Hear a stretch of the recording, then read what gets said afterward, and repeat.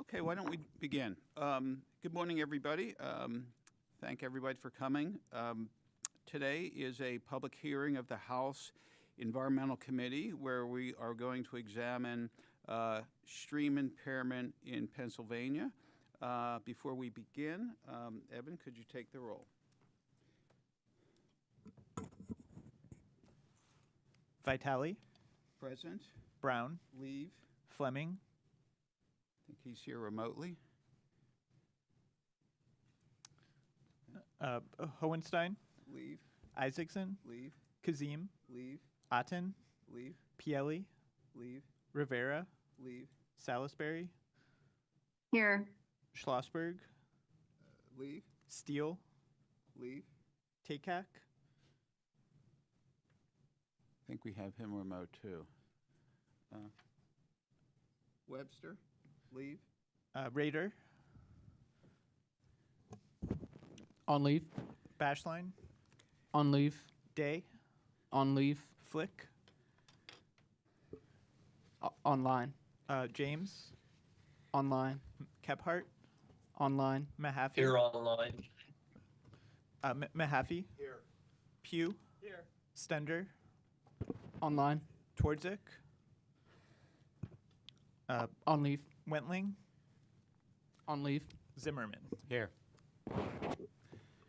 Okay. I'll lead us in the pledge. How's that? Pledge allegiance to the flag of the United States of America and to the republic for which it stands, one nation, under God, indivisible, with liberty and justice for all.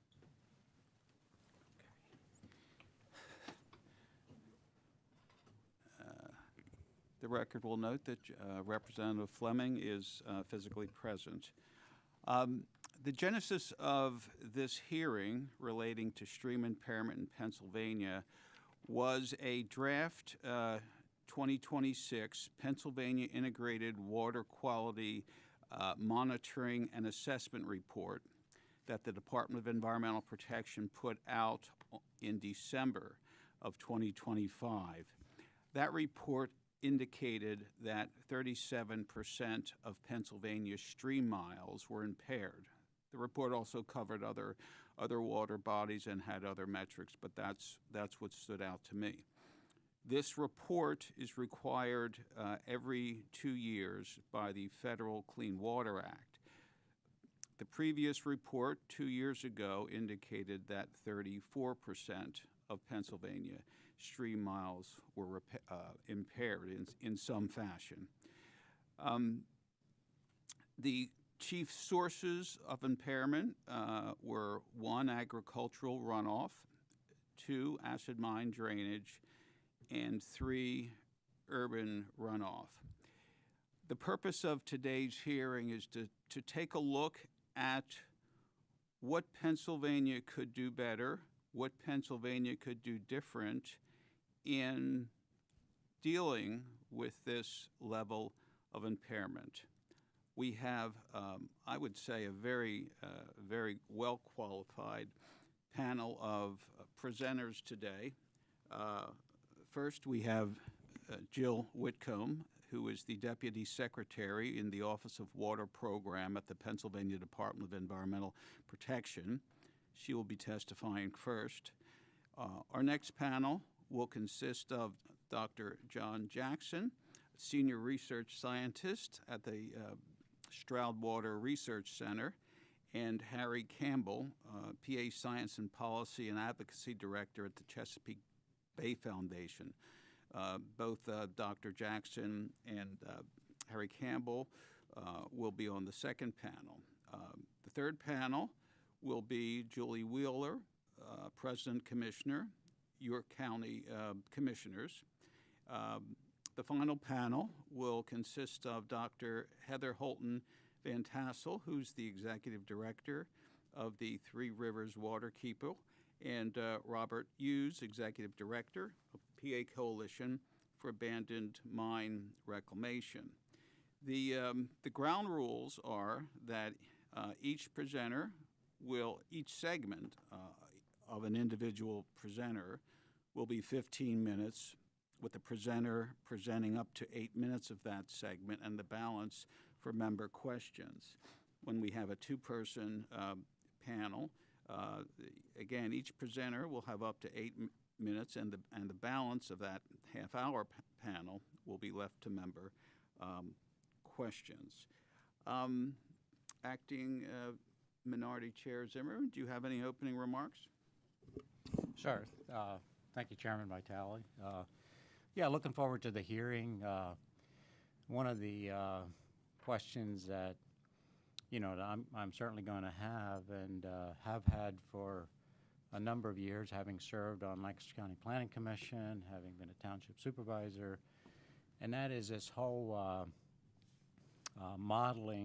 computer modeling system and information versus actual water testing and knowing actually what's out there, because I like to see actual facts and know what it really is. And so I'd like to, I'm real anxious on hearing some of that conversation and anything else related to clean water. We all agree with that.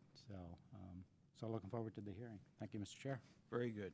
Thank you. And with that, we will start off with Jill Whitcomb from the Pennsylvania Department of Environmental Protection.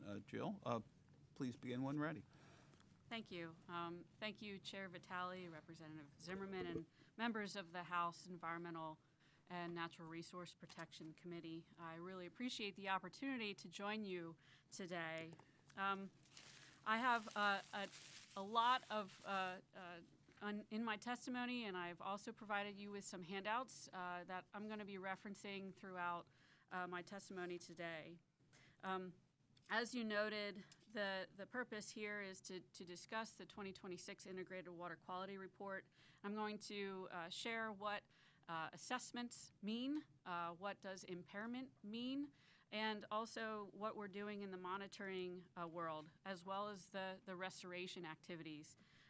And to Representative Zimmerman's point, I will be discussing the difference between what we use our water quality data for versus what we use the model for as well. So what does impairment mean? Something that just kind of generalize is to say we run the stream miles, the river miles, the acres of lakes through a series of tests. So there's 5 tests, and each test could be considered a pass-fail test. So you either pass it, meaning you're attaining, or you fail it, meaning you're impaired. You could fail it by a point, you could fail it by 30 points, you could fail it by, any number. And it's something too, just again, to help understand and make an analogy, it's like when you bring your vehicle to get it inspected annually, right? They run a series of diagnostic tests and you identify which things need to be fixed in order for it to pass inspection. It may not necessarily mean that the car is undrivable, it just may mean that there are some things that need to be addressed. And so that's how our assessments are built. It's built upon a framework of real water quality data. It's built upon a framework of a significant substantive investment in water quality monitoring across the state, and it's built upon a nationally leading program in our water quality standards and criteria. So just speaking from the point of water quality monitoring, the monitoring itself is what helps generate the information, the data that the assessments are the decisions that use this information. So we have 178 active water quality network stations across Pennsylvania, and it's a collaborative between DEP, the U.S. Geological Survey, or USGS, and the Susquehanna River Basin Commission, or SRBC. In recent years, due to the importance of and the enhanced interest in using real water quality data to inform targeted restoration efforts, DEP has partnered with our partners at USGS and others, and EPA, as well as USDA, to enhance our water quality monitoring network. And you'll hear more from Commissioner Wheeler about the work being done in York County. But I wanted to highlight one particular area, collection efforts at Marietta, which is Columbia-Wrightsville area, to measure nitrogen, phosphorus, and sediment coming from the northern part of the Susquehanna River Basin watershed, because there are a number of reservoirs and dams between there and Conowingo in Maryland.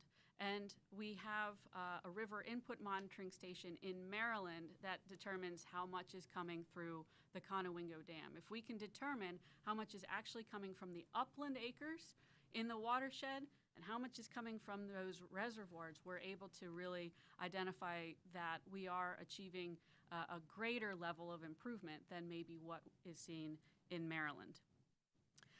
The 2026 Integrated Water Quality Report includes a new interactive water quality trend tool. That trend tool allows the public and interested stakeholders to view the water quality network information in a more user-friendly way. And we are continuously enhancing and improving our data visualization tools so that we can ensure both transparency and also grow public engagement in the process. And one thing I wanted to point out is that based upon these trend tools, we are seeing a greater than 50% improvement in siltation. So siltation is sediment. It's basically dirt in the water coming from any areas such as agriculture or stormwater runoff. We're seeing improvements there. Pennsylvania has the most advanced assessment program in the country and is one of the only states that uses assessment decisions and real water quality data to inform permitted pollution limits. So that is a little bit different than the Chesapeake Bay watershed model that Representative Zimmerman is pretty familiar with. When we look at specific permits for facilities, we do use real water quality data and assessment decisions to inform those permit limits. Another thing I wanted to point out is that human health is a priority for our surface water assessments and monitoring. Whether it's drinking water or it's fish consumption, those two things are our two priorities. Pennsylvania has the 4th largest drinking water program in the nation.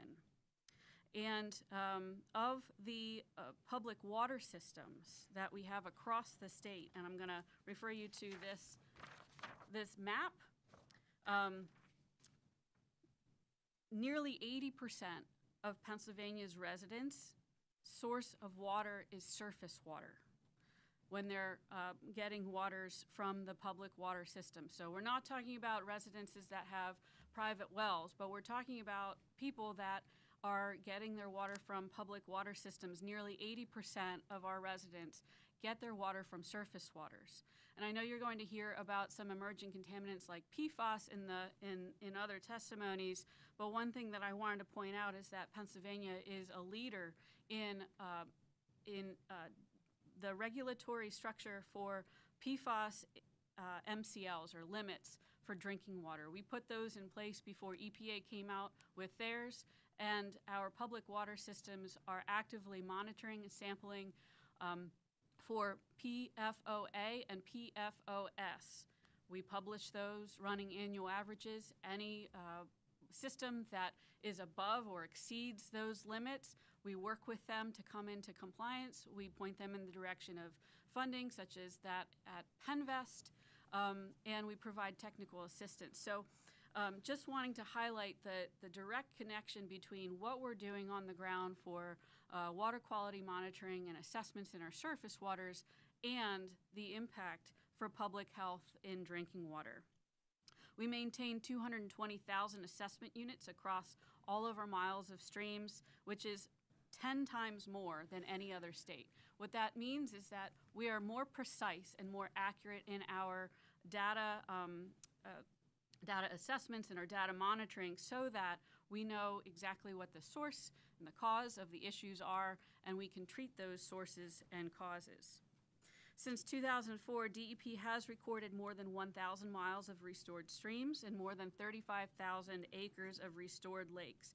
And so you think 1,000 miles versus 86,000 miles, like what's the difference? If you think about the distance, that's further than the distance from Harrisburg to Orlando, Florida. So if we're thinking about distance, that is a pretty significant distance when we talk Yeah. about miles fully restored. Jill, you're at the 8-minute point, but we'll Okay. give you a little more time because you're the one who's doing the primary Thank you, presenting. thank you. I will wrap up by saying and referring you to our Growing Greener and our 319 brochures here. These are our primary sources of funding, aside from what is provided at the Bureau of Abandoned Mine Reclamation for non-point source and watershed restoration projects.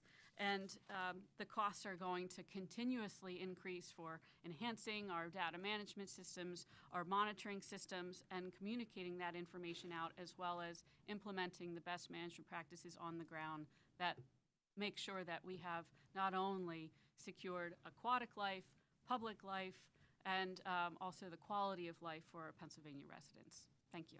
Okay, thank you, and I would be remiss if I didn't start off by complimenting you and all the people at DEP for the great work you do. I know you're in a sort of resource-constrained environment, and I do know the DEP is very committed, and your staff is very qualified and does a great job.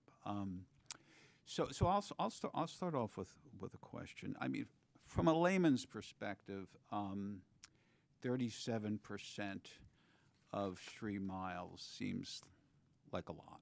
It seems like a lot. And what we're here to do is run state government. So the question is, what can state government do? First of all, do you agree that 37% is a lot? And then the second question is, what can state government do to reduce that amount? So I'll first start off with saying 37% I think is relative, and to flip it on its head, it means 73% of the waters are attaining. So 37% means that any number of those tests, like I said, are either pass-fail. So they could have failed one and be considered impaired, or they could have failed 5 and considered impaired. So I would say that 37%, we would like to see it at 0. I think when we talk about what we could do, specifically is continuing to invest in the partnerships that we have currently, maintain those partnerships with the federal government, with other state agencies, with the local organizations, with our county conservation districts, with our watershed organizations and other non-governmental organizations is one very specific thing that I think we should continue to do. Second is funding. I know everyone comes to you asking for money, and I think it comes down to the more funding that we have available to do this work in all communities, not just particular ones, not just looking at those within the Chesapeake Bay watershed, but also those in the Delaware River watershed, in the Ohio River watershed, in the Great Lakes. I think that's really going to be important, and ensuring that we have the workforce out there on the ground to do this work. So they could be engineers, they could be people going out and working with farmers directly, working with communities and municipalities directly. Having those boots on the ground, so to speak, is really going to be important as we continue to move on. Can you be a little more specific with regard to more funding? I mean, what should state government in its upcoming budget do to fund programs that can reduce this number? So I will say, and I noted in the testimony, that the Environmental Stewardship Fund is the primary source of funding that we have to support our conservation district watershed specialists, who are the boots on the ground in each and every county, working directly with organizations and doing water quality monitoring, sampling. It is the source of funding for our Countywide Action Plan block grant program, which that's only within the Chesapeake Bay watershed. I'd love to see it expand beyond that. It is the source of funding for Growing Greener. It is also the source of funding for most of our water quality monitoring and assessment program. is the Environmental Stewardship Fund. Great. And one final question. I noted in the information you had previously sent me, the Clean Water Fund collected $12 million in the current fiscal year, but only $1.4 million was used in grants. Is that a problem? Should we be getting salaries off the Clean Water Fund so that we can just fund programs with the Clean Water Fund? So I would say yes. It has the shift of moving personnel onto the Clean Water Fund has shifted our operating costs that used to be funded out of that account to the Environmental Stewardship Fund. So if we could, regardless of where the funding comes from, we do need to have additional funds based upon what's happening in the federal government and IIJA funds, kind of sunsetting over the course of time as well. Regardless of where it comes from, it can either move salaries back, personnel back onto the general fund, or increase funding to the Environmental Stewardship Fund. Well, thank you. Rep. Pugh, did you have a question? I do, thank you. And thank you for being here. You're always a trooper coming out and answering questions. So I have a couple questions, and you know what's important to me because we've talked into the past. What I want to know is, are we testing for the PFAS in the streams? Because we are spreading it onto the fields. And another question is, are we also testing for the acid rain coming from the mines in the waters to make sure that they're done? Because I have to assume that they're affecting the Chesapeake Bay also with the clean water. And one reason it's a big question for me is, as you know, the MS4 program is pretty passionate to me because of my district. As an example, the soft costs that are involved with doing these projects way supersede the cost of the actual project. So I'd like to see a way to get those numbers down in order to do a project.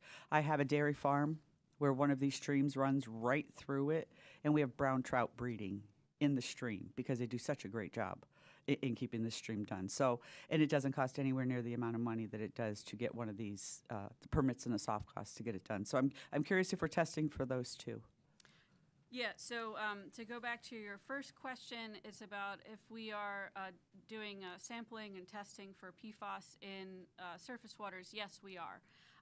We have actually published on our website a report from 2019. We've done a 3-year study between 2020 and 2023, and we're continuing that study now, doing those surface water testing and analyses for PFAS in surface water. So that information, and I'll make sure that you get access to that. I share the web link with the staff here to share. Number 2 question is about acid mine drainage. Yes, so our surface water program, again, related to the assessment data, knowing the source and the cause of impairment is critical to knowing how to treat it. And so we have been identifying AMD or acid mine drainage and the cause, whether it's metals or pH or those types of things related to that AMD pollution into our stream. So that is something that we continue to monitor and sample for. The third question was related to MS4 and basically what I'm understanding your question to be, and please correct me if I'm wrong, is putting in a project in the urban setting versus putting in a project in the agricultural setting. So we do have an allowance for that within a mile radius of the urbanized area. But going back to this list of impairments, if the cause is urban stormwater runoff and the contribution is in that sector, we really should be treating the sector and where the degradation is happening, where that cause is coming from. However, we have seen that we can build upon the agricultural investments and conservation practices in the surrounding land so that it can assist in helping those municipalities meet their MS4 obligations. Okay, so we have time for one more question, Rep. Mahaffey, and then I do see Rep. Pielli, but we'll get to him in the next segment. So Rep. Mahaffey. Thank you, Mr. Chairman. Jill, thank you for your testimony. As always, I want to first thank Trouts Unlimited and Doc Fritchie's. You have a lot of partners out there, not just government partners, but these entities out there that are doing such great work to help out our streams and to put trout back in our streams, especially the local areas here. Dauphin County has been extremely robust over the last 20 years for sure on MS4 permits. I think that's something to say for our county and how they've handled things. Now, majority of the county has entered into stormwater authorities and then stormwater fees.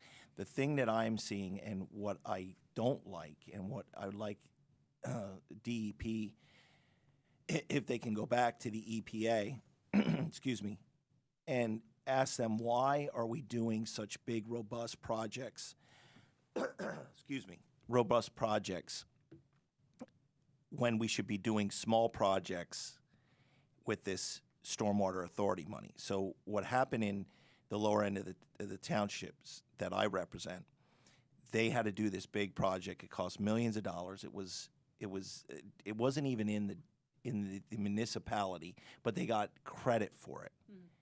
And it seems to me that it would serve better if we get our stormwater systems in place in these local municipalities, because they haven't been upgraded or the pipes rust. We used galvanized years ago instead of plastic now, and all the things. So what is the DEP doing to try to work with EPA to say, let's get this more on a local base, especially if they're raising their own stormwater fees and getting it under control in their own municipality? Very good question, and thank you for identifying that the MS4 program is not a singular DEP program. We do have to work with EPA. They do have to approve our general permits. They do have to have the opportunity to comment on individual permits. And so it is definitely a collaborative with EPA. I don't know what exact project you're identifying as the large, robust project, but one thing that I think just wanting to highlight for folks is we're looking at volume control or volume reduction in the next MS4 permit. Not saying that everything that's been done to date would still count, would still be counted for and credited, but volume is the key consideration moving forward because of flooding.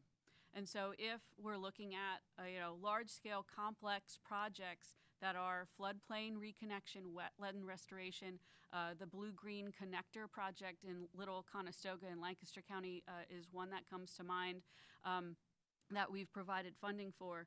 Those types of projects will net significant benefits for the community because of flood reductions as well as ecosystem and water quality improvements. So, but your question is a very valid one, and I will bring it back to talk with EPA about. And I appreciate that. I get that, but it all starts at the smallest level, right? Our flooding occurs in a lot of these, and we've had this. Hurricane Lee was one of the worst floods that we had in our area in the 106th district. But what I'm getting after is that is the creek project that we had to put $1 million in, the municipality I live, and it's not even near where we are. Now, do we contribute to that? I guess eventually, the runoff goes there and whatnot, but you got to start at home first to fix those problems if you want to get to the big problems downstream. No pun intended. No, absolutely. Headwaters are the critical place to start. That's so what we thank need you. DEP to do. We need DEP to stick up for us here and say they are doing a good job and they should get credit for these local projects that are going on. Thank you. Thank you, Mr. Chairman. Oh, thank you, and thank you, Jill. We really appreciate your time and coming here today. Okay, so our next panel will be Dr. Harry Campbell from the Chesapeake Bay Foundation and Dr. John Jackson from Stroudwater Research Center. Thank you both for coming, and either of you can go first. It makes no difference to me, and simply start when ready. Since I have slides. Thank you, Chairman. Thank you, committee. It's a pleasure to be here to talk to you about the integrated report. As a scientist, this is something that I look at every time it comes out. Next slide, please. Those of you who don't know me, my name is John Jackson. I'm the senior research scientist at the Stroud Water Research Center in Avondale, and I'm a stream ecologist and aquatic entomologist. That's my background, that's my training. The Stroud Center, if you're not aware, is a private nonprofit. Our goal is understanding and in improving stewardship of freshwater systems, primarily streams and rivers. We're headquartered in Avondale, Chester County, but we do our work globally, and we've been around. Next year will be our 60th anniversary. We are primarily a research organization because we believe that stewardship, that caring and helping people care for their land and their waters depends on a sound understanding of what's going on. That's where we start, is that understanding. Next slide, please. Now, I'm not here to say, really, I don't have anything bad to say about the integrated report. I think it's really a great tool, and both for me, for you guys, and also for the general public. It is far more transparent what's going on in the Commonwealth with the integrated report, especially this online version that gives you details that were just so hard to find before. I mean, it's layer upon layer of very valuable information. What I'm going to talk to you about is what it tells me, and therefore hopefully you, and also my thoughts on how we can get streams off the list. How do we get better water for the Commonwealth? Next slide. To go over something that Jill mentioned, but this takes it into my wheelhouse, and that is, so I'm primarily going to be talking about aquatic life. And primarily about pollution-sensitive species, which in this case would be mayflies, stoneflies, and caddisflies. The methods the Commonwealth used date back dozens of years, but actually date back even earlier. These are methods that started being developed over 100 years ago. And in the United States, it's been in revision since the 50s. So there's a long background. Many states, all states, monitor macroinvertebrates to determine aquatic life. All developed countries do, and most developing countries do. There's a huge background to this that's all science-based. Next slide. The first thing that the report tells us in terms of impairment and water is, first, if you don't look at your water, high-resolution water map, you don't get an idea. We live in a really wet world. Pennsylvania is loaded with streams. You trip over them around every hill. So when you see so many miles, it's because we have so many miles. The other thing is that jumps out is that we, as been mentioned before, we have a lot of impaired waters. This is southeastern PA. And if you were to look at the red lines here, these are ag, these are urban, these are mining, all in the same slide. They're on top of each other. But it's really better to not think about what we're doing, but to just recognize these impairments are about people. These are people making choices that left something behind. And that's the only way I look at it in my conversations, is because to fix it is going to require, again, a new set of choices by people. So people are the problem in ag and urban, and mining and people will be the solution. Next slide, Pete. One thing about the integrated report that's lost is the history of water pollution reductions that we've had in the Commonwealth, we've had throughout the United States. Our streams are cleaner. 37% may be negative, but if we had data from the 40s and 50s and 60s, this would be improvement. Our rivers don't burn. The pipes are not discharging nasty looking stuff. You're not looking at fish kills on every stream bank. That's what got the Clean Water Act passed. It wasn't data driven. It was so obvious that we had a pollution problem. So how do we get more? If we did so well in the 70s and 80s, how do we get more today? And I have 3 suggestions for us. One, more projects. Second one is better projects. Third one is we have to aggregate projects. We got to glue them together so that we can measure responses. So I'm going to cruise through those quickly. This is Pennsylvania, 52,000, sorry, next slide after that. Next one. I got rolling, sorry. 52,000 farms, 7 million acres. So if we did 100 acres of farm, average farm in Pennsylvania is about 150, but I grabbed 100 because it's easy. If we did 1,000 farms a year, we're going to need 50 to 75 years just to address our agricultural landscapes. We're not doing 1,000 farms a year right now. If we go to the urban area, about 5% of land cover in Pennsylvania is urban.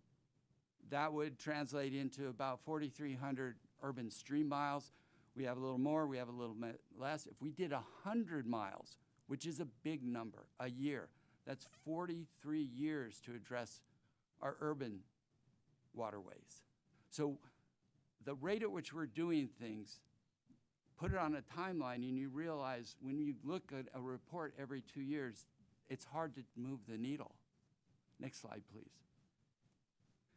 Better projects.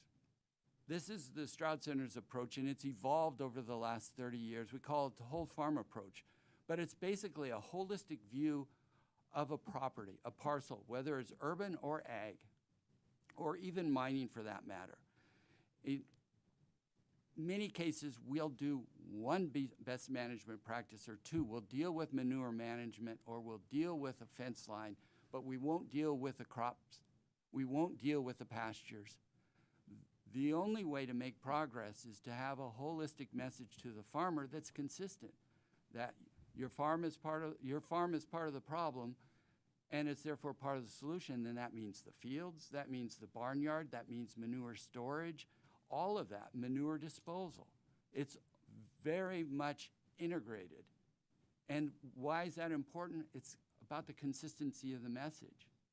And also it's about anticipating farming is a business and they are going to change, and you have to have them thinking about if they make changes, what does that mean for runoff from the property? Next slide. Aggregation. This is the red clay, west branch of the red clay. It's right next to the Stroud Center. It's about 5,000 acres. It's over 50 parcels. It's about 80 parcels. If I just grab 10%, if you looked at the left panel, that would be the way we do it today. We just work on any property that says yes. And so they're distributed across the watershed.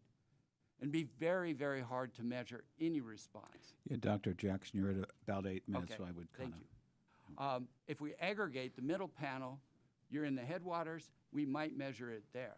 But that doesn't address the rest of it. We're at, in terms of aggregation and intensifying, 46% of the watershed, most of the mainstream tributaries. Still looking to do more. Last thing I want to mention is emerging pollutants. This was mentioned earlier. We live complicated lives, chemical-based lives, directly and indirectly, and it's really hard for DEP or anybody to be on top of this given the number of products that are released from our lives. Last thing, we have to stop doing things that don't work. In this case, I'm talking about re-engineering and reconnecting floodplains for impairment purposes. The science is clear. This does not fix impairments. It's a prescription that generates credits, but it's not addressing the illness. Okay, thank you very much. We really appreciate your testimony. Dr. Campbell, please begin when ready. Chairman Vitale, Representative Zimmerman, and distinguished members of the committee. What I'm about to talk about is going to be highly similar to what you've already heard from both Jill as well as Dr. Jackson. But I really want to tell you a story about how the Integrated Waters Report, and I'm going to call it that for the purposes of this testimony, how that information is brought into action by organizations like myself, but all over the Commonwealth, individuals, entities, conservation and groups, county conservation districts are actively employing the information that is brought to life by the Integrated Waters Report. when we look at our streams, back this fall, actually, as part of a partnership with Stroud Water Research Center and looking at some salty streams, I was doing some field reconnaissance, and I happened to stumble upon a small little tributary in eastern Cumberland County as part of Cedar Run watershed.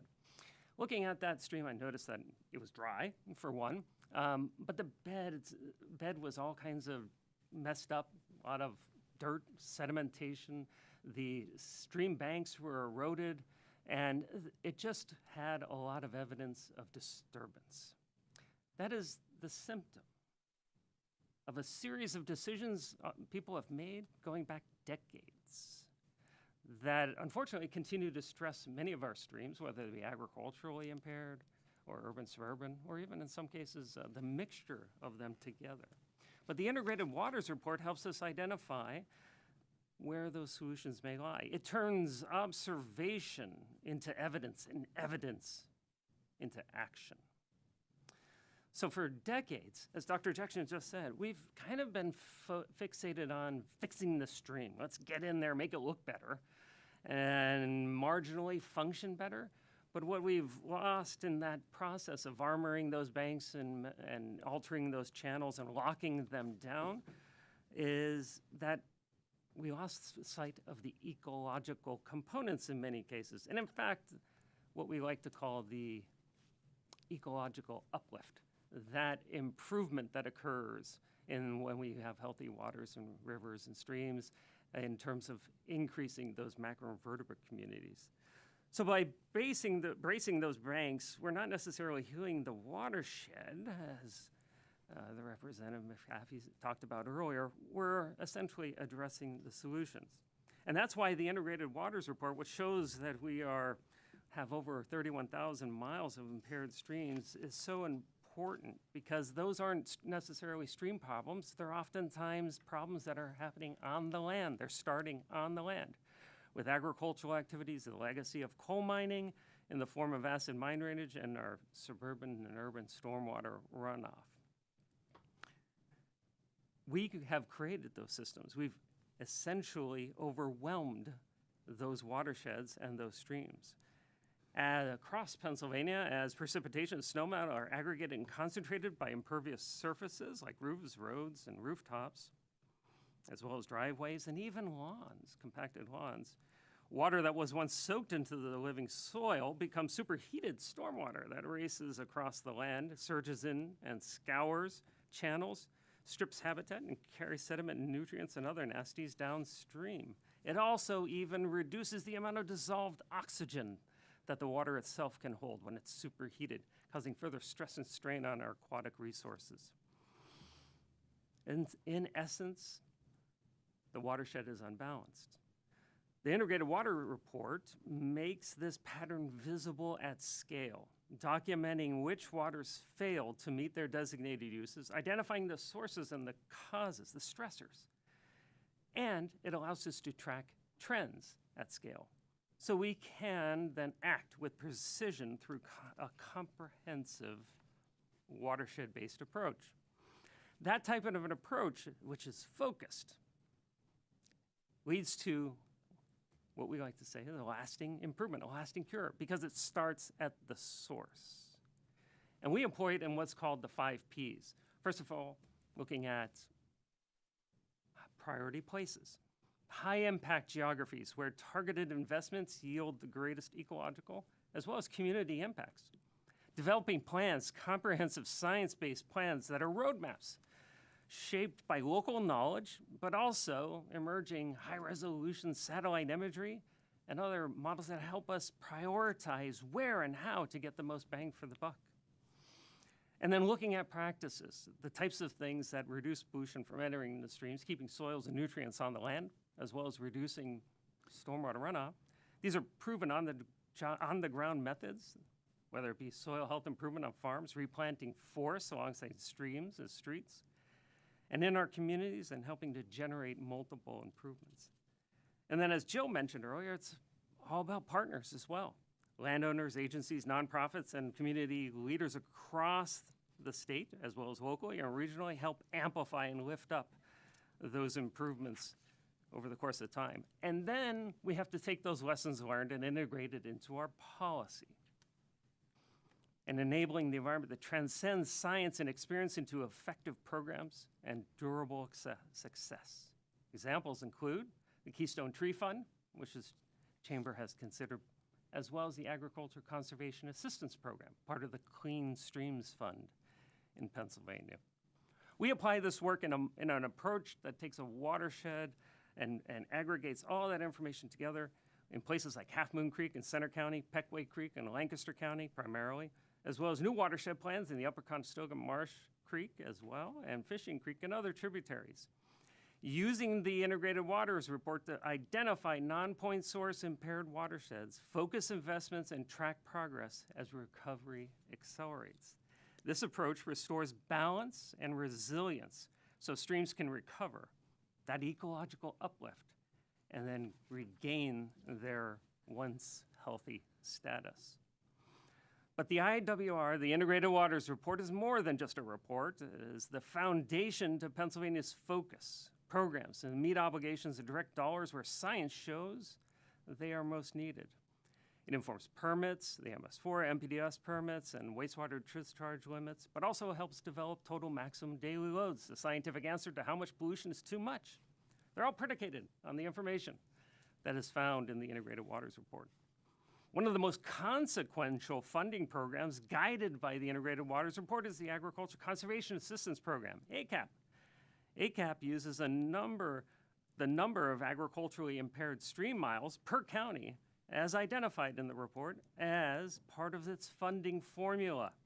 So resources flow to counties where agricultural impacts are the greatest.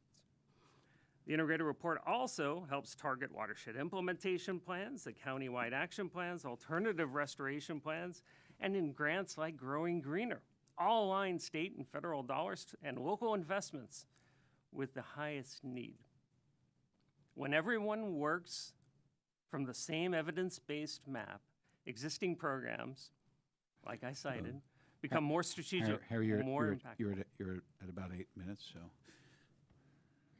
Okay. So thank you for that time. I know we have a lot of pressures, but I appreciate the opportunity to talk to you about these issues. And thank you for coming. Okay, I'll ask. So we've had a number of programs mentioned by our speakers, the Environmental Stewardship Fund, ACAP, Growing Greener, Tree Fund. Do either of the presenters have any opinion on how much additional funding might be needed to move the needle on stream impairment, and if those monies or current monies should be directed at specific programs or types of programs? Like what should we as a state government, the legislature, the governor, what adjustments should we be making to move the needle on that 37% stream impairment? Well, I personally believe that we're not in danger of cleaning our streams too much. Mm-hmm. Okay. So we're at a point where like additional resources, but strategically and logically sequenced and applied. And that means the comprehensive approach of the not only boots on the ground, the people that make things happen, but the systems that deliver these resources also have to mature simultaneously. We oftentimes think about the engineers, the planners, the people that are working with those landowners as being on the front line because, well, frankly, they are. But the people behind them, the administrative, the things that make that engine run, the oil, are oftentimes underfunded or have insufficient funding to meet the needs that are opportunities on the ground. So it has to be a comprehensive approach. I think looking at things like certainly the continued investments in the Clean Streams Fund, looking at what the lessons learned from those programs, including ACAP and the other hallmark programs within that, and continue to evolve and adopt a comprehensive, synchronized approach that bases our work on starting at the source, not at the symptom, but at the source of the problems, working our way down to the stream channel and some of those bigger projects. Thank you. Mm-hmm. I know, Rep. Pielli, you had a question from last panel. Did you want to start off this panel or wait a while? Actually, I have a, thank you, Mr. Chairman. I have a question for Dr. Jackson, or rather a follow-up, if I may. Whatever you want. Thank you. And I want to thank both you gentlemen for your testimony and your work. Dr. Jackson, you mentioned in your slide presentation about the impairment, the loss of 50 to 100% pollution-sensitive species to include invertebrates. Can you speak more to why that leads to more of a chance of stream impairment?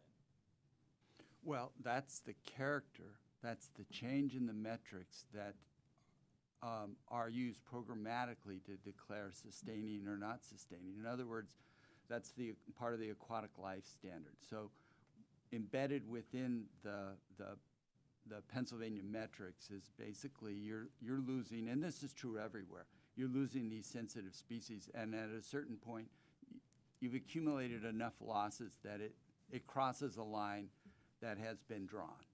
So, and that line has been drawn in conversation between Pennsylvania DEP and EPA, and there's a lot of parallels across the states. So you go to Ohio, you go to New York, you go to Jersey, you see similar metrics and similar response curves. The more we use the land, the more we use the water, eventually you see this degradation, and at a certain point, then the regulation kicks in for them to saying that's impaired. So just to follow up more specifically, you would agree with me that impairment of invertebrate species at this cataclysmic level would impair the whole life in the life stream? I mean, it's part of the ecological chain, a lot of fish. Yes, it's just a single tool that represents a lot of other things, but it has a high degree of consistency and predictability. So yeah, by the time you've lost all of those sensitive species, you would know that this stream, just picking up a few rocks, you'd say, there's something wrong here. Thank you. Rep. Zimmerman. Thank you, Mr. Chair. So one of the questions I have, and also maybe Dr. Jackson, you may be in a better position to answer this, but where would Stroud be? And you guys do some great work there, but where would you be on something like legacy sediment removal? If you look at my statement, basically a lot of the re-engineering and landscaping of streams and stream beds in floodplains, we consider that not necessary. The science is in after decades. So that was a new idea in the 90s. And studies all over the country have failed to show that process as delisting streams. That doesn't mean there aren't other things that can and do work, but as a primary stressor, we don't believe legacy sediments are the primary cause of the impairment in a functioning agricultural landscape, for example. Okay. Just as a follow-up to that, so there is some evidence of where there's some stream bank work been done and there's some tree planting happened, for example, and because of that, several feet of topsoil in some cases, that some of those tree plantings, haven't been that successful because the trees will end up blowing over or not rooting in as deep and being there for a long time. Is that a myth, or is there some truth to something like that? That's a myth. We've done the science across elevated floodplains of different depths.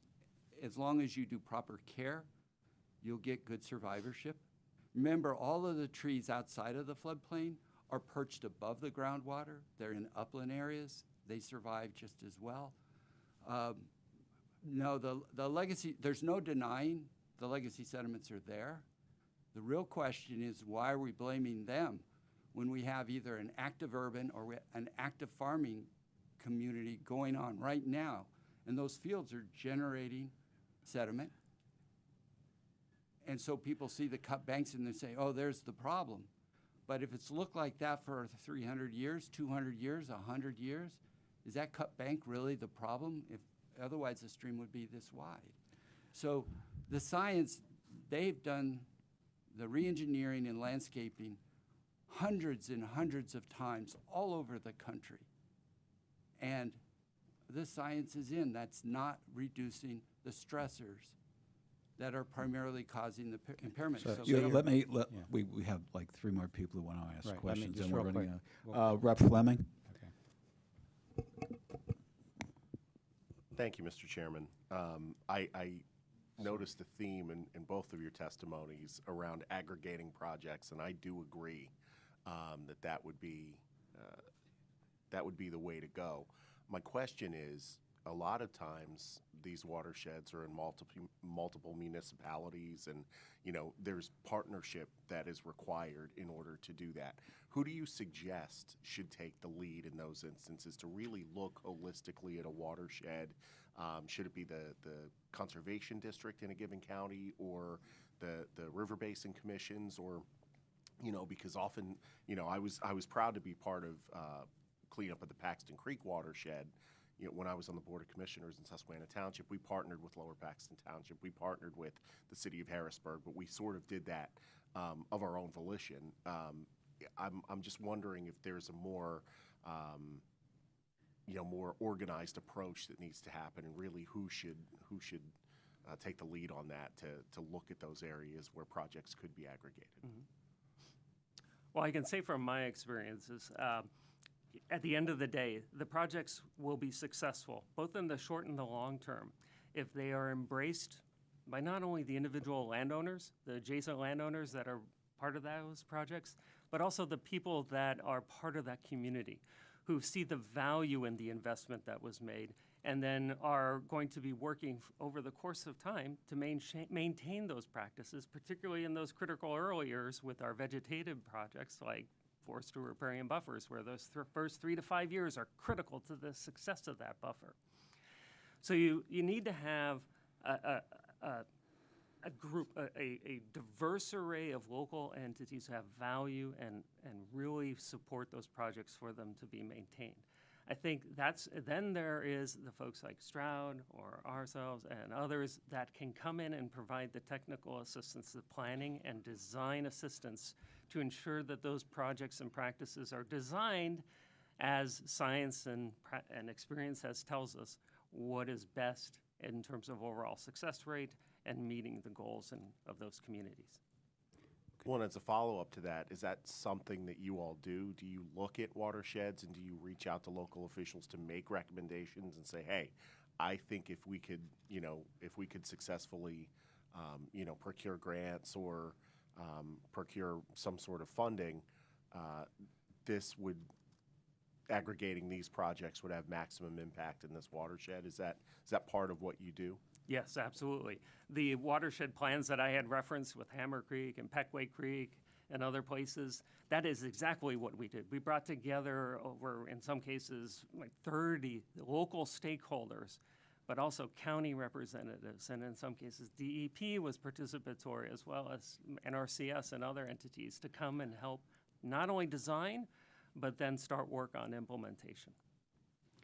If I could add one thing on aggregation. Aggregation always starts with one project. So you have to practice both kind of a shotgun approach, spread it across the landscape, and then you find that one guy who then has a neighbor, who then has a neighbor, and that's when we run with it. So I showed you aggregation. I could show you just as many cases where we're just working and it still looks like you have the measles. It's just a big scattering because the neighbors haven't joined together yet. But that's how you get it, is the neighbors joining each other. Okay. Thank you. Unfortunately, that's all the time we have for this segment. I do note that Rep. Pugh and Rep. Webster have unanswered questions, and they will be given priority in our next segment. Thank you both for testifying today. We really appreciate all the valuable information you gave us. Thank you. Next, we will have Julie Webster, Julie Wheeler, President Commissioner, York County Commissioners. Thank you for coming today, President Commissioner Wheeler. Good morning. Thank you, Chairman Vitale and Chairman Rader, and honorable members of the House Environmental Resource and Natural Protection Committee for inviting me to speak to you today on the important topic of water quality protection here in Pennsylvania. My name is Julie Wheeler, and I serve as the President Commissioner on the York County Board of Commissioners. And today I wanted to share York County's story regarding our first of its kind water quality monitoring program. This initiative is the result of an incredible amount of hard work, dedication, and partnership between York County, the York County Planning Commission, the United States Geological Survey, the Susquehanna River Basin Commission, the York County Farm Bureau, the York County Conservation District, and many other stakeholders. We started this work after the Pennsylvania Department of Environmental Protection reported that York County was the second highest contributor of nitrogen, phosphorus, and sediment to the Susquehanna River and Chesapeake Bay. To be honest, we were surprised by the DEP's reporting, and we wanted to see the data behind it. Having spent some 30-plus years in leadership roles in healthcare technology sector, I believe data is essential to making informed decisions. When we inquired with DEP regarding the data behind the reporting, we learned the results were developed using computer-based modeling. There was no real-time data from the source to back up the reporting from the state. We decided computer modeling wasn't good enough. We needed to know the truth about our waterways backed up by hard data. So in 2020, we partnered with the United States Geological Survey to begin what is now a 10-year program to understand what's really happening with York County waterways. We are the first county in Pennsylvania, and in fact, the entire nation, to undertake this kind of innovative water quality monitoring initiative. Through this innovative partnership, we've been able to capture accurate data from 6 state-of-the-art water quality monitoring stations along the eastern boundary of our county. The monitoring stations capture the data from Fishing Creek at Goldsboro and Crayley, the Conewago Creek, Codorus Creek, Kretz Creek, and Muddy Creek. The stations capture data round the clock and year-round, providing an accurate, real-time, and long-term picture of the water quality at each station. The water quality monitors provide a density of data which provides greater accuracy and water quality measurement. This data is gathered in real time, every 15 minutes, 24 hours a day, every day. This is much more rigorous compared to computer modeling for water quality, which is based on gross level of data that covers every area, but in turn sacrifices accuracy. The water quality monitoring program York County is conducting provides greater efficiency in collecting the data and greater accuracy in the results. Today, I'm pleased to share that York County waterways are significantly cleaner than what had originally been reported by the state. In fact, in some cases, the data released by the Pennsylvania Department of Environmental Protection overstated our pollutant levels by exponentially greater levels than we now know are accurate levels from our monitoring stations. Our partnership with USGS is now just beyond its halfway point, providing critical real-time data that can now be used to help measure the county's ongoing progress at reducing pollutants into the waterways. And perhaps more importantly, we can now use this data to develop targeted solutions in those areas of our watershed that have been identified to have higher pollutant levels. York Countyans pride ourselves on being responsible stewards of our precious land and waterways. And that is why we've partnered with USGS to develop this program, because thoughtful, effective decision-making requires us to have accurate information. Armed with better data, we can make better decisions for the benefit of the people of York County. And that's what we have through this initiative. In York County, we are data-driven and solution-focused. Our waterways are a precious resource, and we all have a shared responsibility to keep them clean. I will end with a note that we've had positive discussions with our colleagues at DEP regarding our program and have offered to share how we've developed the program with other counties. Our goal is to work together with all stakeholders, local and state government, the farming community, the business community, and local residents to develop targeted and effective solutions that will help improve our overall quality of life in York County and across the Commonwealth of Pennsylvania. As our water quality monitoring program shows, collaboration and innovation are the keys to success. So thank you, and I'm happy to entertain any questions at this time. Rep. Pugh, did you have a question for this presenter? We didn't get you last time. That's okay. Yeah, if you don't mind, I want to really commend the commissioner, president commissioner, for the work that they have done in York County and how important it is. And I thank you for that. I know Luzerne County may be reaching out to you guys to get some guidance Fantastic. and what to do. So we've Great. had a lot of talks there. And I just want to say, because I didn't get a chance to speak to the other testifiers that were here, it's interesting as I'm reading through this, we do see PFAS in here affecting the streams and the small bass and actually causing problems to the ecosystem. So it's something that I really want to get ahead of. I find it interesting that we continue to spread it onto our fields, and yet we're requiring our water companies to put very expensive filtration systems in to take it out of the water while we're spreading it down onto it, and then those costs just continue to go down to the residents across the state of Pennsylvania. So that's something I'm really interested in working on, and I want to thank you for doing it. I also think we need to go to more direct, more impactful projects in this state, as opposed to just kind of spreading it around in a feel-good situation. Thank you. And Rep. Webster, we didn't get to you either. I don't know if you had any questions for this particular testifier. And so thanks, Chairman. And I really don't, and I apologize. My question was more specific to the idea of aggregating projects sort of outside of the farming community. And I'll ask that question or follow up independently. And I will say, you know, if you can see me on screen, I apologize. I was dressed for outdoor cold weather this morning, and so I'm not feeling as professional as I should be. Thank you. Oh, okay, Joe. Any other questions of this presenter? Well, since we got a minute, could you just maybe go into a little greater detail about the disparity in methodology that your county used versus the DEP used with regard to pollution levels and how that might be remedied? Sure. So as I mentioned earlier, the DEP used computer model data, whereas we have real-time data monitoring sediment, phosphorus, and nitrogen as it's dumping in to the waterways. In 2019, their model was called a CAST model.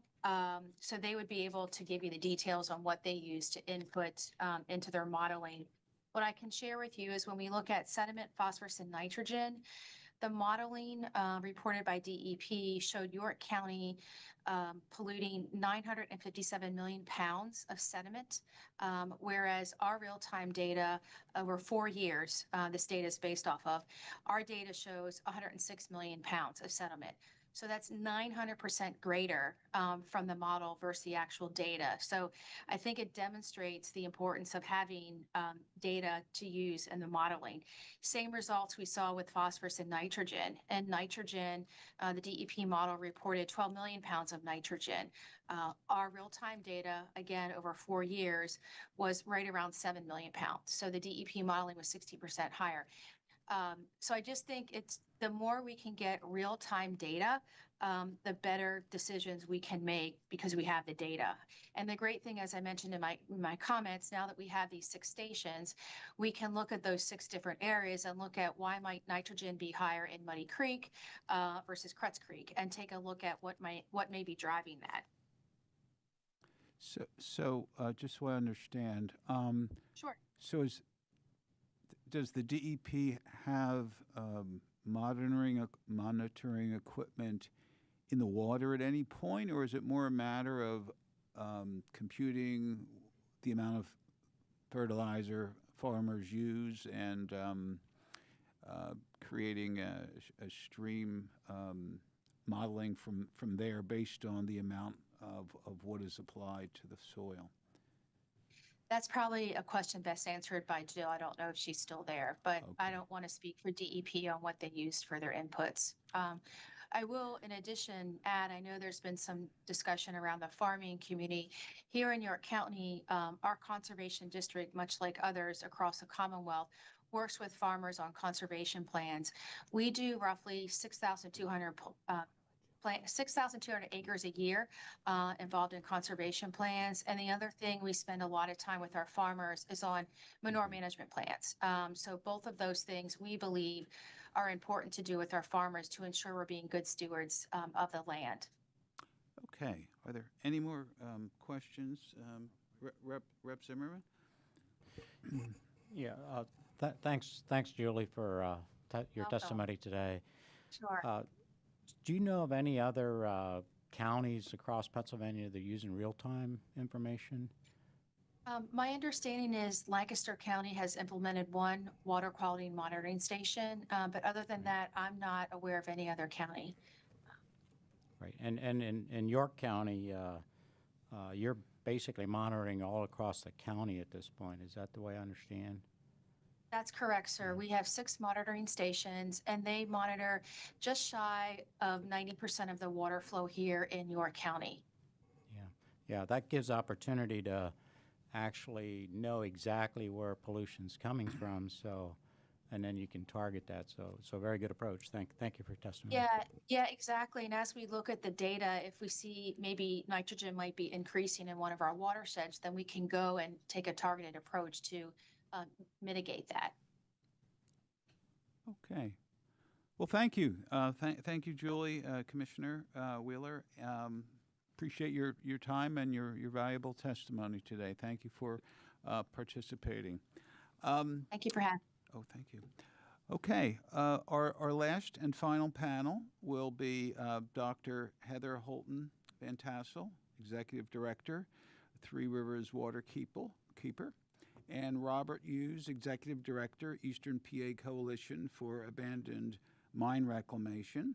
And either one of you can begin, depending on what you want to do.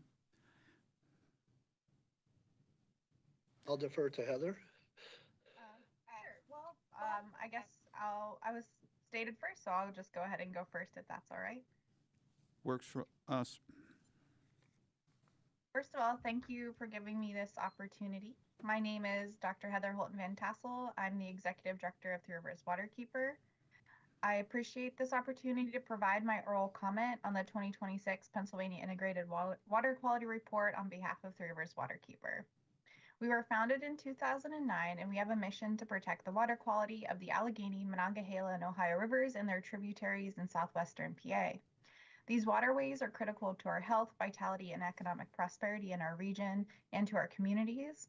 And we act as both a scientific and legal advocate for our communities, working to ensure that our three rivers are protected and that our waters are safe to drink, fish, swim, and enjoy. Three Rivers Waterkeeper first recognizes several improvements and strengths reflected in this report since the 2024 report. The report expanded assessment coverage, continued investment in public-facing tools, and included the environmental justice screening tool. It also recognized climate change and extreme heat as cross-cutting stressors affecting water quality conditions statewide. For that, we recognize the DEP's continued efforts. Nevertheless, there continues to be an increase in the number of waterways being classified as impaired since the 2024 report.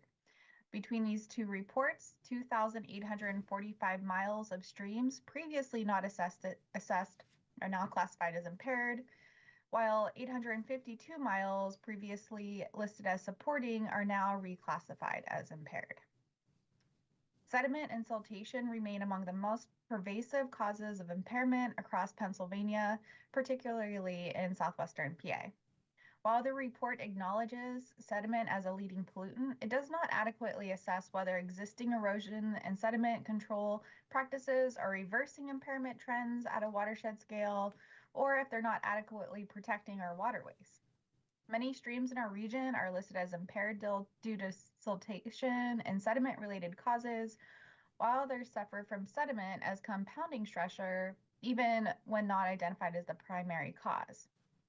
Without explicit trend analysis or adaptive management requirements tied to documented outcomes, reliance on existing practices risks perpetuating impairment rather than resolving it. Three Rivers Waterkeeper reiterates that erosion and sediment control policy and restoration strategies must be informed by documented impairment trends and demonstrated results, not assumptions of effectiveness. which is now an issue we have raised in prior DEP rulemakings and policy reviews.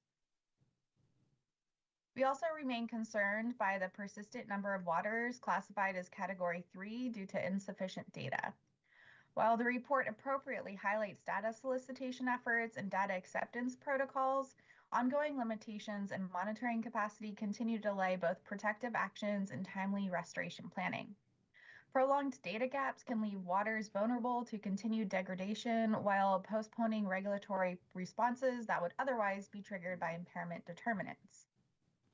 In regions such as southwestern PA, where legacy industrial pollution, abandoned mine drainage, and ongoing development pressures intersect, these gaps disproportionately affect communities already experiencing cumulative environmental burdens.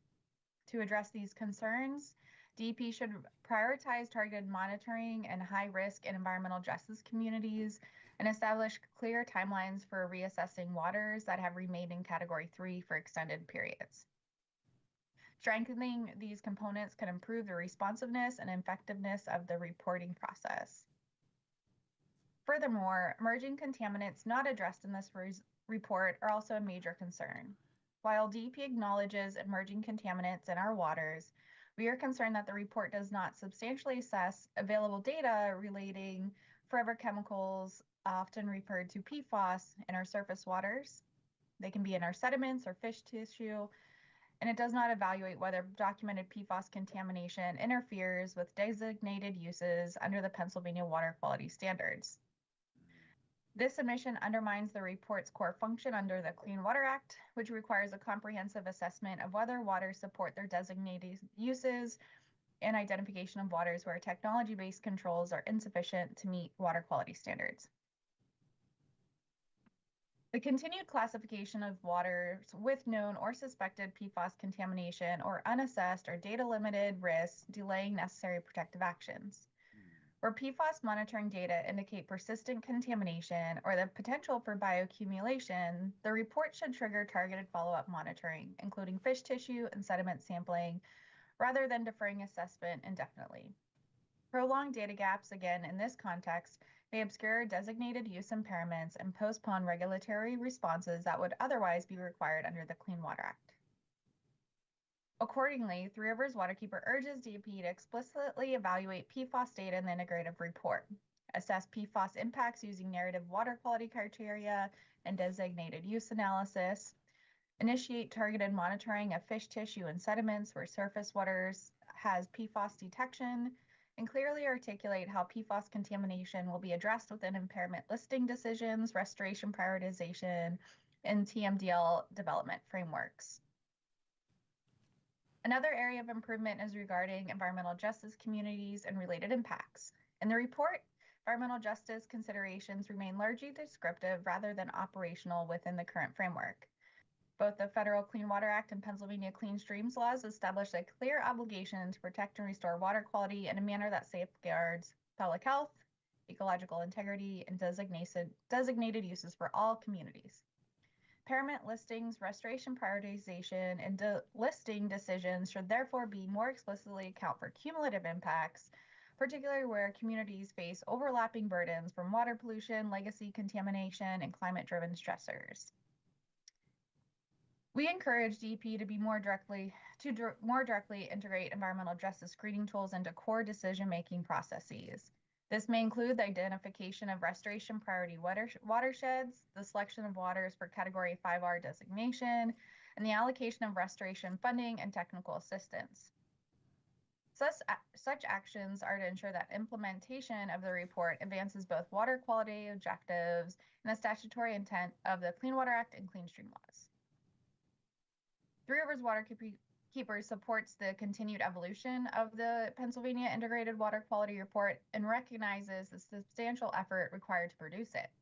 At the same time, our recommendations outlined throughout my testimony require significant investment and resources for the Department of Environmental Protection to adequately assess our water quality across the state and address the impairments through restoration, remediation, and policy change. We ask that this effort is seen as a major resource and tool that can be used to improve our waterways. Thus, this requires an increase in the department's resources to improve the integrative assessments, fill in the gaps of the analysis, and work towards meaningful change throughout the remediation and systemic change efforts. Thank you for your time and consideration. Well, and that was my comment for Three Rivers Waterkeeper. well, thank you. Thank you very much.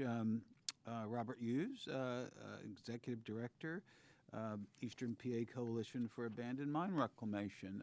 Thank you for being with us today. Thank you, Honorable Chairman Vitale and honorable members of the House Environmental and Natural Resources Protection Committee. My name is Bobby Hughes. I'm the Executive Director for EPCAMR, a nearly 30-year-old regional environmental nonprofit located in Ashley, PA, Luzerne County, dedicated to the reclamation of abandoned mine lands, restoration of our watersheds impacted by abandoned mine drainage, and economic development and redevelopment of those mine lands impacted by past mining practices throughout the anthracite and northern bituminous coal fields in our state here. We work across dozens of watersheds that are impacted by abandoned mines in both the Chesapeake and Delaware watersheds on a variety of projects, programs, and events and educational opportunities in our coalfield communities across the region to restore our watersheds with our coalition partners. We had submitted a abandoned mine lands campaign joint letter recommendation to the department that was chaired by Andy McAllister from the Western Pennsylvania Coalition for Abandoned Mine Reclamation, and it's been submitted to the department as well on the report and some recommendations, some of which I'm going to list here today. We work across 43 counties with our partners in Pennsylvania to look at addressing issues with abandoned mine drainage and abandoned mine lands. And we've also coordinated 27 annual conferences on abandoned mine reclamation, and information on those conferences are available online at treatminewater.com. AMD is one of Pennsylvania's most pervasive and persistent sources of impairment. As outlined in the report, 5,663 miles of streams are impaired by mine drainage. They have known sources and proven remedies, yet they remain on the non-attainment list year after year without a real clear pathway towards restoration. In the report, it'd be nice and helpful to show a summary of AMD in the report, since it's the second largest pollution source in Pennsylvania's waterways.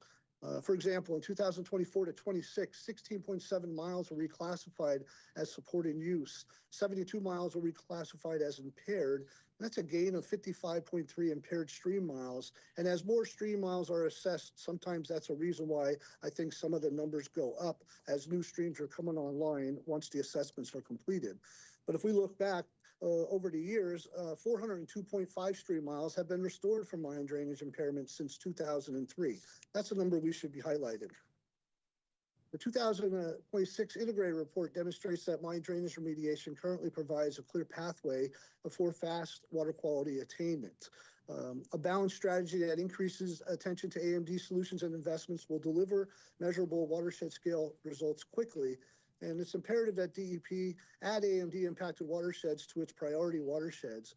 Given the level of assessment, planning, and active public engagement, many AMD watersheds would be classified for the 5R classification, yet none of the 2024 watersheds are impaired by AMD are priority listed. I have many recommendations here, and I'm just going to bullet them because of the time and give you sort of the high level recommendations, and you can see the rest in our detailed submission of my testimony. But we need to prioritize AMD TMDL restoration.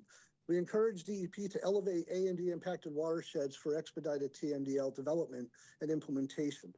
We want to use the integrated report to identify clusters of AMD impairments that can be restored strategically rather than a project-by-project basis. We want to use the report to rank AMD waters based on restoration feasibility, ecological benefit, and community impacts. We want to ensure TMDLs move beyond analysis and into a coordinated and well-communicated strategy that's funded. And we encourage bureaus within the department to collaborate and set comprehensive strategies together and in partnership with the nonprofits, local governments, and conservation district leading AMD restoration at the community scale. Maybe include an infographic in the Rising to the Challenge section featuring AMD impacted streams where restoration efforts are occurring. And we'd like to see the updated progress in the measure in progress section, including listing all of the projects funded and load reductions, because currently only Growing Greener, the county action plans, and EPA 319 funds are listed, but not any of the PA, DEP, Bureau of Abandoned Mine Reclamation, AMD, and AML grants. And with that, we want to leverage the IIJA and the AML funding that's coming into Pennsylvania. And to fully realize those benefits, we've got to coordinate within DEP across these multiple agencies, whether it's DCNR, BAMR, or the Fish and Boat Commission for AML projects planning and water quality goals articulated in the report. Projects that address both land and water impacts simultaneously offer amplified benefits for stream health and local economies. We think we should incorporate considerations for recreational access and economical outcomes into the project selection and evaluation prioritization, particularly when improved water quality can support fisheries, boating, trail development, and tourism. So we want to see water being tracked and the outcomes from AML investments and incorporate these into the integrated report progress metrics so that the return on the investment can be demonstrated across multiple states and federal program goals. We'd also like to see adequate funding provided for monitoring to nonprofit organizations and local governments for water quality monitor improvements to track those outcomes from AML and AMD investments. Pressure transducers, flow meters, photometers, field test kits, and funding for lab monitoring are all necessary supplies and efforts to obtain new, current, relevant water quality data and quantity to help establish a baseline for measuring environmental results when loading calculations are made. We'd like to see the IIJA funds defended. Recent congressional bills have stripped away Pennsylvania of 6.7% of their annual allocation for AML remediation. Data and mapping on where those projects are planned and being implemented, along with their significant water quality improvements, would help defend the funds from being raided in the future and tell the story as to why these funds are essential.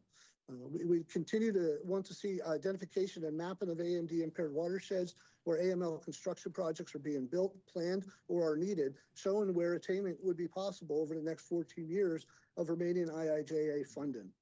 So we're looking to see that a clear AMD restoration strategy is set. And we want to see that implemented on a watershed scale restoration and mapping integration of both passive and active treatment systems that are in the planning, design, and construction stages. Strengthen coordination with watershed groups, nonprofits, municipalities, and conservation districts to ensure and maintain these types of systems of infrastructure, but also to assist with the monitoring and evaluation needs as AMD projects come online. We'd like to better link impairment sources to restoration actions in the integrated Wheeler report, and that includes anticipated TMDLs and focus for more future AMD and restoration projects. BAMR recently presented where many of its IIJA investments are located. And we like to see highlighted cases where AMD cleanup has been supported both recreation and economic recovery in the coalfield communities, also showing how quickly a stream can recover and meet attainment when treatment systems come online. So an expanded and expedited use of watershed scale implementation plans tied to the report impairment data in AMD impacted watersheds would help to prioritize watersheds where these types of systems can restore biological integrity quickly in our rivers and streams. There are a number of other recommendations here, and I know time is limited, but and some of the other recommendations quickly to reduce the percentage of stream miles impaired are to continue to support the funding for all state program sources that are needed for implementation. You've heard mentioned already the Environmental Stewardship Fund, ACAP, the County Action Plan and funding, and to not take from those funds.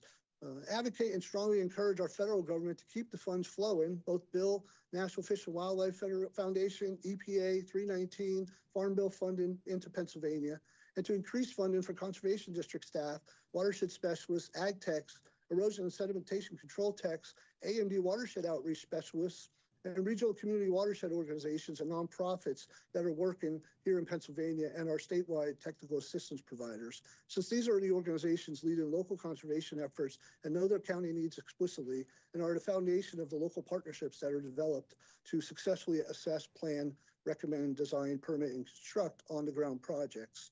And better yet, increase some of the funding to DEP to help the funding programs run more smoothly with ample organizational capacity within the departments and the bureaus. Lastly, I think we want to add that there's a recreational revenue loss value that needs to be updated. And we urge the committee to request that the Fish and Boat Commission update their numbers for current inflation since the last report to the statewide Water Resources Committee was in July of 2021 with data from 2018. And for the DEP to utilize them to show recreational value loss since a number of the streams are on public game lands and also on DCNR, public forestry and state park lands. That would be very helpful. And so the attainment of streams that are eventually removed still need to be managed in some way. And for AMD, it's through the establishment of trust funds for long-term operation and maintenance that this can happen. And watershed management goals would lead to an understanding that periodic funding is still needed in these legacy mining impacted watersheds to ensure the restoration gains remain in place. So I hope that these are some recommendations here, and a number of others are listed in the testimony along with attachments of some of the Fish and Boat Commission reports of the past. And I thank you for the opportunity for providing comments at this very important hearing. Well, thank you, Bobby. Well, I'll start off. You had mentioned in one of your recommendations, perhaps more funding for DEP for staffing to make programs run smoother, I think is the way you may have put something like that. Did you have any specific recommendations as, could you just thresh that out a bit, like what personnel and what programs and just thresh that suggestion for additional staffing out a little further if you could. Yeah, I think my intent was, I know in recent years here with the sort of influx of the IIJA money, it's taken the department several years to really ramp up with that level of funding. And so over the last few years, we've seen that the time that it takes for both to get people on the project management side of the grants and understanding the grant management and federal sort of fiscal constraints under some regulations and things called like under CFR 200, 2 CFR 200, and to train both those new staff on those elements of the grant requirements from the federal funds coming in, and also for the ramping up that needs to happen on the nonprofit community side to be able to actually receive those type of funds is a challenge and has been a challenge. So with limited number of staff to be able to work with the number of watershed groups and community groups across the state and within the conservation districts, I think that the number of watersheds that we're working in really calls for having additional staff to be able to be our sort of liaison to the program and to the funding sources in terms of grant management program, questions and just on the administrative side for reimbursements. And so that's where I think I was talking about, and that could be within several programs. Very good. Thank you. Rep. Zimmerman. Thank you, Mr. Chair. So across Pennsylvania, there's more and more gasifiers being put in place where they're gasifying everything from wood products to manure to even sludge. And a byproduct of that is so-called biochar. And I'm understanding that that product would actually be a really good product to help mitigate some of the land or the mine lands. Is that something you're familiar with? Is that something an organization like yours is utilizing or talking about? We aren't specifically utilizing it, but we've had a number of conversations with companies that are producing biochar, and we're talking about how it could be land applied to reclamation projects, and it may have a way of filtering. We know that charcoal does filter out different types of water quality impurities, and some of the coal is even done used in that setting if it's very fine. But biochar, I think what we've done with those particular companies was to refer them back to the department to see if biochar could be beneficially used, or if there was any type of pilot or demonstration to get it into Pennsylvania to be utilized on abandoned mine lands, it may have to go through a review process with the department first. And I don't know if that's within the Bureau of Abandoned Mine Reclamation or how they would classify biochar. So it's very similar to maybe biosolids, but biosolids, as you know, it could be Class A, it could be Class B, it could be very wet, or it could be dry. And so there's different, vector control and other types of things that are do the classifications, and that's done through the department at various bureau levels. So when we do talk to those with biochar, and I'd be happy to talk to more if you have some in mind, that we would direct them to both the Bureau of Abandoned Mine Reclamation, or I don't know if that's on the ag side in the Department of Ag, that someone's really already defined that as a potential beneficial use product that could be used in the mine reclamation process. Okay, thank you. Rep. Pielli. Thank you, Mr. Chairman, and thank you again to all the panelists as we address this ongoing and very acute problem of stream impairment in Pennsylvania. Mr. Hughes, you touched on it, but I open this question to the entire panel for anyone to speak to. We've seen a lot of changes over the last year from Washington, and I would like to hear from you how the current administration's regulatory changes affected or is affecting your efforts to improve stream quality in Pennsylvania. Thank you. Could be anyone. Yeah. I could just throw it out there that we've had several funds back as early as April of last year. We had a federal grant from the Department of Energy to look at mine pool geothermal potential as alternative energy project. We did some capacity building in northern Schuylkill County and started with 0 partners and ended with 99 partnerships that we were able to build within an 8-month time frame to get stakeholder outreach. And then we had additional support that was supposed to come in from the federal program for technical assistance to be provided by several other organizations, and when the EO came out in April, we lost that funding altogether. We were communicating with and through a website and 14 different federal partners through this Coal Communities Initiative at the federal level at energycommunities.gov, and the entire website went down. All the technical assistance was not provided anymore. If we had information that was related to environmental justice areas, it was kind of being removed from grants in terms of language, and some funding programs were being completely eliminated. And I sit on the Environmental Justice Advisory Board for the state of Pennsylvania, so it hit pretty hard there, and to know that those kinds of things were happening.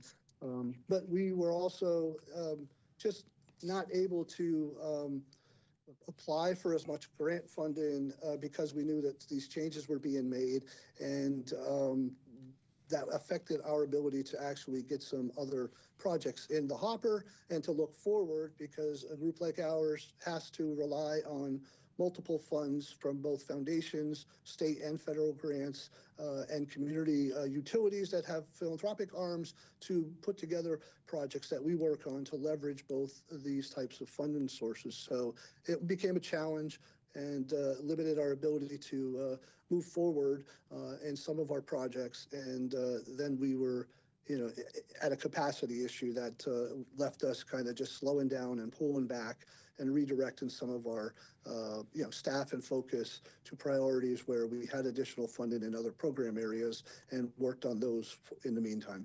Thank you. Rep. Pugh. Thank you, Chairman, and thank you, Bobby, for being here today. There is nobody, so everybody knows here, more educated or passionate about his projects when it comes to the work that he does inside of the community. So I've actually used his name here in different committee hearings for the stuff that he's taught me while we've known each other. This just goes back for me in cleaning the water, and in cleaning the water, I think we need to go back to a grant-based system, truly focusing on what is actually affecting each area, because each area is completely different. And fixing a small stream area that might have eroded versus going after mine reclamation and actually cleaning the water and testing for PFAS, to me, is actually going to make a bigger difference in our communities and downstream than what we're doing right now. And I truly hope that we can look at it. We can look at how things are funded and actually get projects that are done to truly make a difference. And again, Bobby, anything you need, you know where to find me.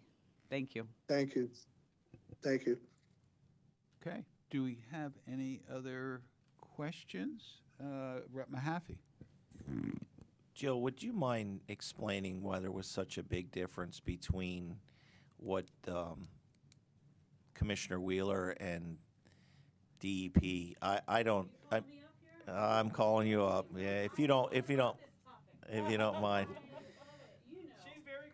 You know I love this topic. Thank you, because it seems like it's a very large discrepancy, It and is. the models are so off. So how Yes. can that be? I can certainly provide information about that. Actually, in October, I had the opportunity to join Commissioner Wheeler at another water quality monitoring hearing in York County, and that's where Representative Pugh and I had met. I will share. So she is right in that we used a model to provide snapshots, basically, to each county in the Chesapeake Bay watershed. That model is the Chesapeake Assessment Scenario Tool, or CAST, and it is not our model. We do not actually like that model.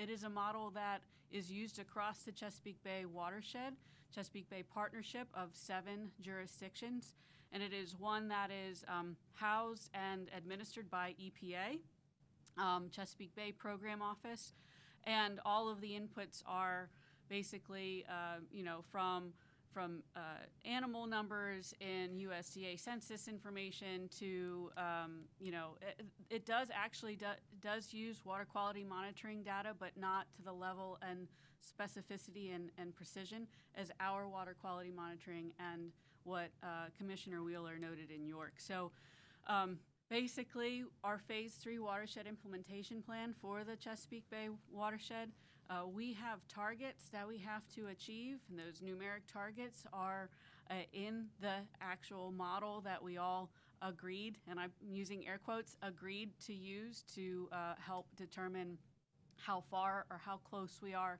to meeting that target. So that's why we used the CAST model to help provide that snapshot, because that is what is being used to determine our progress to meeting the Chesapeake Bay total maximum daily load. Now, one thing moving forward is that we in Pennsylvania, as well as our other surrounding states, have worked together to look at multiple lines of evidence, meaning that water quality monitoring data that's happening in York, the stuff that I shared earlier about our assessment data, the very specific kind of watershed-based, catchment-based work that's being done. And we're working with EPA and other stakeholders, like I said, the other jurisdictions, so that moving forward beyond 2025, through 2040, because we've extended the Chesapeake Bay Watershed Agreement and the Chesapeake Bay Total Maximum Daily Load, we're going to be incorporating other information than just that one model, which is, like I was talking about, if you only are given one test at the end of the school year and you fail it, then none of the other work that you did mattered, even though you've put in a lot of effort leading up to that one test. So we're looking at expanding that rubric and how we're graded for progress. So definitely appreciate Commissioner Wheeler and her work and the efforts in York County, but that is, I hope that helped answer your question. We kind of were, it was, the model is what it is, and that's what we had to use. Right. I get that, and I understand, but when you have such a difference in the numbers and the models that are being projected, and if it is the EPA that has done that, then don't we have to go back and look at other alternatives so that the money that's being spent by our townships, our counties, and the state are not being just frivolously, put at a certain area, a certain place, or whatever, when we know that these real-time type monitoring has better data and better standards, because we're just chasing it then, and that's not good. And I understand what you're using, and I get that, and I understand what the air quote I like that, by the way, and where you're at with that. But I guess going into that, and I guess what I'm asking is now back to Commissioner Wheeler, is what's the cost factor that they've spent over the last 4 years to do this kind of monitoring?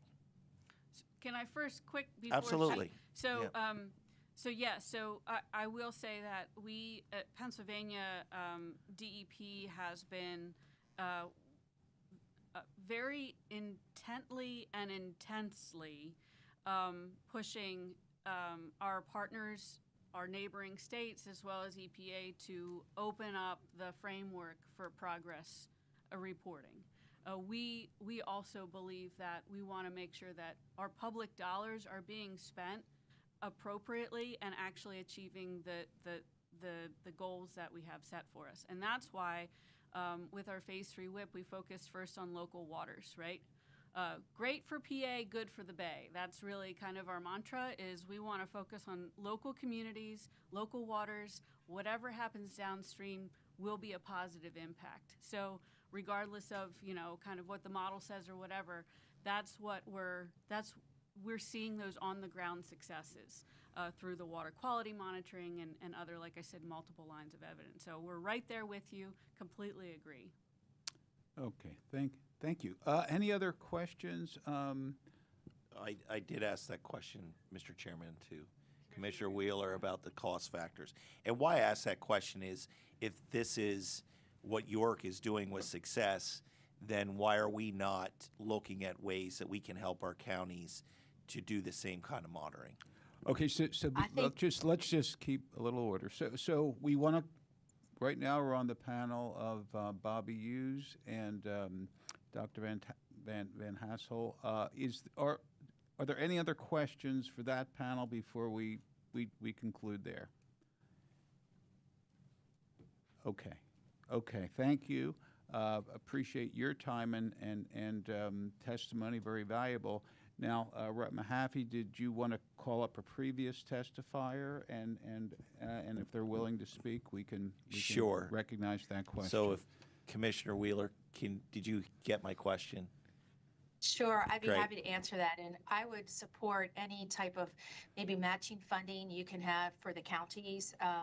So over the 10-year period, York County will spend roughly $3.9 million, United States Geological Survey in at about $1.5 million. So York County is shouldering roughly 72%, and USGS, the remainder. So any sort of funding that you can provide to help shoulder the cost of the water monitoring quality station, I would encourage you to do that. So run that by me again, because Sure. the numbers, sorry, and I apologize. That's okay. So York County put in how much over 10 years? Because I So thought this you will said be it was a over the- 4-year study, and I apologize for that. Oh, no, that's okay. The total program will be 10 years. We're in our 5th year now, so we're about halfway through. Understood. Okay. Okay, and we waited till we had 4 years worth of data because we felt that was statistically significant. So that's when I referenced in my comments 4 years. So the data that I share with you is based on 4 years of water quality monitoring data. But over the life of the 10 years, York County will be in $3.9 million and USGS just shy of $1.5 million. So again, we're a little over 70% of the cost. So anything you could do to help support funding for those water quality monitor station would be great. Thank you. You're welcome. Okay. Well, this concludes our hearing. This was a very valuable input of information. I wanted to thank all the testifiers and the representatives and the staff who put this together. Rep. Zimmerman, did you have any final thoughts you'd like to share? Yeah, thank you, Mr. Chairman. Yes, back to Deputy Secretary Wilkham. I'd just like to encourage DEP, if there's a way to do more real-time work like that, I think it would be well respected and maybe bring some more trust factor back into play. And so, but appreciate what you're doing, and would just encourage DEP to take a close look at that and see if we can't go more that direction. But thank you. Yeah, and Thank you, Mr. Chair. Thank you. And my final thoughts would be, we have an upcoming budget, and DEP has been chronically understaffed, under-resourced, and as we are making requests of DEP to act in a more efficient way, a more comprehensive way, it's important that we give them the personnel they need, the funding they need, the resources they need to do all the things we're asking them to do. So I just ask all members just to keep that in mind in the upcoming budget process. So with that, the hearing is concluded.